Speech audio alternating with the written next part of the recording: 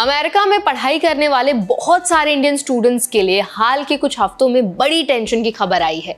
एक अमेरिकी सेनेटर ने यह प्रस्ताव रखा कि ओपीटी प्रोग्राम यानी कि ऑप्शनल प्रैक्टिकल ट्रेनिंग को बंद कर देना चाहिए।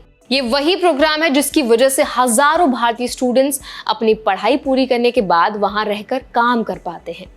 अब सवाल यह है कि अगर ये प्रोग्राम बंद हुआ तो इसका असर किन लोगों पर पड़ेगा, क्यों ये मुद्दा उठा है और इंडियन स्टूडेंट्स को अब क्या सोचना चाहिए, इन सब बातों को आज हम आसान सी भाषा में समझेंगे। चलिए फिर वीडियो को शुरू कर देते हैं। हाय, मेरा नाम है वर्षा दुबे और आप देख रहे हैं एनबीटी टेक।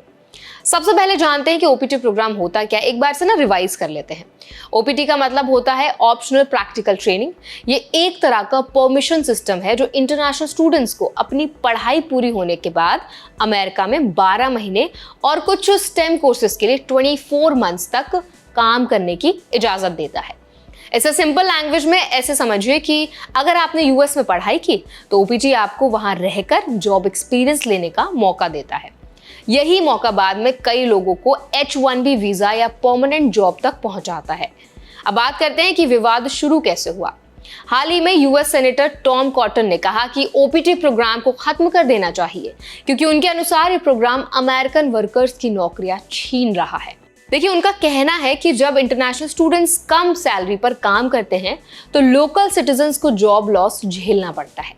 उनके इस बयान ने पूरे स्टूडेंट कम्युनिटी में डर और कंफ्यूजन फैला दिया है, खासकर इंडियन स्टूडेंट्स के बीच जो ओपीटी का सबसे ज्यादा फायदा उठाते हैं।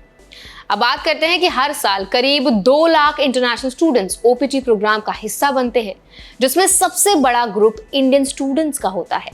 सिर्फ 2023 में ही 77,000 से ज्यादा इंडियन स्टूडेंट्स ओपीटी के जरिए अमेरिका में काम कर रहे हैं। ये नंबर्स बताते हैं कि अगर ये प्रोग्राम बंद हुआ तो इसका सबसे बड़ा असर इंडियंस पर ही पड़ेगा, उनके करियर ग्रोथ, वीजा ट्रांजिशन और फ्यूचर जॉब प्रोस्पेक्ट्स पर। अब सवाल ये भी उठता है कि क्या ओपीटी के खिलाफ ये कोशिश सिर्फ पॉलिटिकल प्रेशर है या सच में कोई बड़ा पॉलिसी चेंज आने वाला है। सेनेटर कॉटन ने अपने बयान में कहा कि प्रोग्राम अमेरिकी स्टूडेंट्स के साथ अनफेयर कंपटीशन पैदा करती है और इससे लोकल वेजेस भी गिरती हैं। हालांकि एजुकेशन एक्सपर्ट्स और कई यूनिवर्सिटीज इस बात से सहमत नहीं हैं। उनका कहना है कि इंटरनेशनल स्टूडेंट्स, खासकर इंडियंस, ना सिर्फ टेक और रिसर्च फील्ड्स में योगदान देते हैं बल्कि अमेरिकी इकोनॉमी को भी बहुत फायदा पहुंचाते हैं। हार्वर्ड, MIT, स्टैनफोर्ड जैसी यूनिवर्सिटीज ने पहले भी इस प्रोग्राम को सपोर्ट किया क्योंकि ओपीटी स्टूडेंट्स इनोवेशन और टेक्नोलॉजी सेक्टर्स में बड़ा रोल निभाते हैं।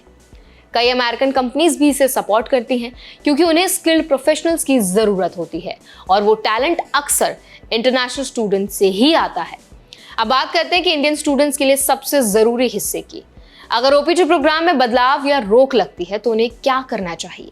सबसे पहले तो आपको पैनिक करने की बिल्कुल भी जरूरत नहीं है।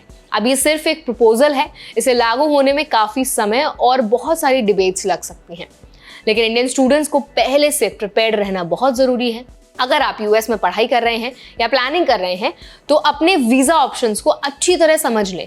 ओपीटी के अलावा भी कुछ ऑल्टरनेट ऑप्शंस होते हैं जैसे CPT यानी curricular practical training, H-1B visa या डायरेक्ट कंपनी स्पॉन्सरशिप। दूसरी बात, पेपर वर्क और डॉक्यूमेंटेशन पे ज्यादा ध्यान दें। ओपीटी एप्लीकेशंस में छोटी सी गलती भी आपके स्टेटस पर असर डाल सकती है। कई स्टूडेंट्स इसलिए रिजेक्ट हो जाते हैं क्योंकि उनके एम्प्लॉय डिटेल्स या उनके जो ट्रेनिंग डॉक्यूमेंट्स हैं वो इनकम्प्लीट होते हैं। इसीलिए हमेशा USCIS गाइडलाइंस को ध्यान से पढ़ें और यूनिवर्सिटी एडवाइजर से रेगुलरली कांटेक्ट में रहें। तीसरी बात, कोशिश करें कि आप हाई डिमांड सेक्टर्स में स्पेशलाइजेशन करें जैसे tech, data science, artificial intelligence, health care और साइबर सिक्योरिटी जैसे फील्ड्स में स्किल्ड प्रोफेशनल्स की हमेशा जरूरत रहती है। अगर आप ऐसे सब्जेक्ट्स में ट्रेंड हैं तो आपके चांसेस बेहतर रहेंगे, भले ही ओपीटी प्रोग्राम में कुछ बदलाव आए।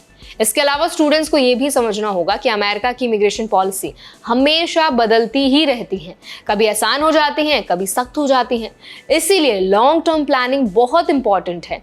अगर आप वहां करियर बनाना चाहते हैं तो ऑल्टरनेट पाथवेज जैसे हमने पहले भी डिस्कस किए, कनाडा, UK, ऑस्ट्रेलिया जैसे देशों को भी आप कंसिडर कर सकते हैं। वहां भी पोस्ट स्टडी वर्क परमिट्स और PR ऑप्शंस अवेलेबल हैं। तो कुल मिलाकर ये साफ है कि ओपीटी प्रोग्राम को लेकर उठी ये बहस सिर्फ एक पॉलिसी इशू तो बिल्कुल नहीं है, बल्कि लाखों स्टूडेंट्स के सपनों से जुड़ी बात है।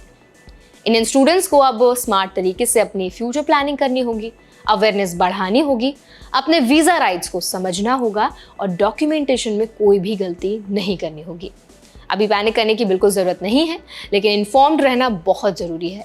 आने वाले महीनों में देखना दिलचस्प होगा कि क्या ये प्रपोजल आगे बढ़ता है या फिर यूनिवर्सिटीज़ और कंपनीज के प्रेशर में वापस विड्रॉ किया जाता है। तो चलिए फिर वीडियो को एंड करते हैं। आई होप वीडियो आपको पसंद आया होगा, अच्छा लगा होगा, कुछ सीखने को आपको मिला होगा। अगर वीडियो अच्छा लगा हो तो वीडियो को लाइक करें, शेयर करें। ऐसे और भी अपडेट्स के लिए, वीडियोस के लिए हमारे चैनल NBT Tech Ed को जरूर सब्सक्राइब करें।